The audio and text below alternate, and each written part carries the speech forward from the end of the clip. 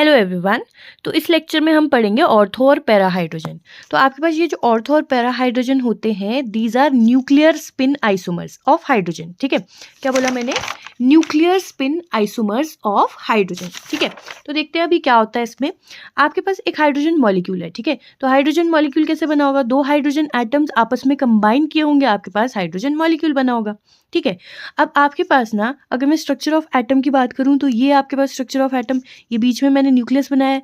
अब न्यूक्लियस में आपके पास हाइड्रोजन में बेसिकली क्या होता है? न्यूक्लियस में आपके पास प्रोटॉन्स और न्यूट्रॉन्स होते हैं बस। But in case of your hydrogen क्या होगा? ओनली प्रोटॉन्स होंगे। ठीक है, राइट। उसके अराउंड आपका इलेक्ट्रॉन रिवॉल्व कर रहा होगा।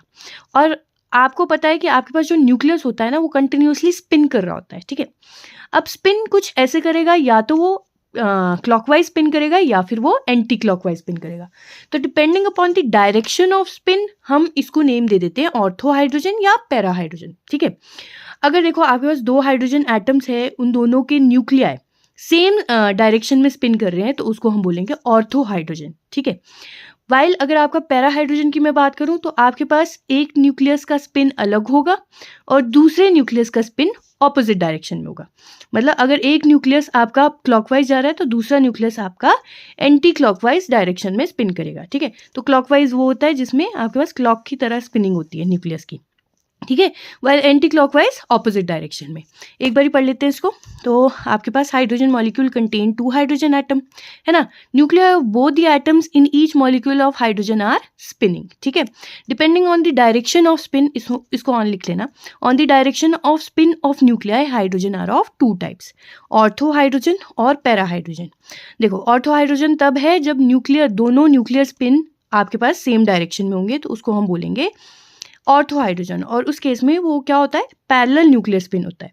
इस केस में क्या होगा? Anti parallel nuclear spin. Para hydrogen में एंटी पैरेलल न्यूक्लियर स्पिन होता है। ठीक है, तो ऑर्थो हाइड्रोजन को पढ़ लेते एक बारी। Molecule of hydrogen in which spin of both the nuclei are in same direction, parallel nuclear spin. ठीक है, वाइल आपके पास molecule of hydrogen in which spin of both the nuclei are in opposite direction, anti parallel nuclear spin, वो आपका para hydrogen हो जाएगा।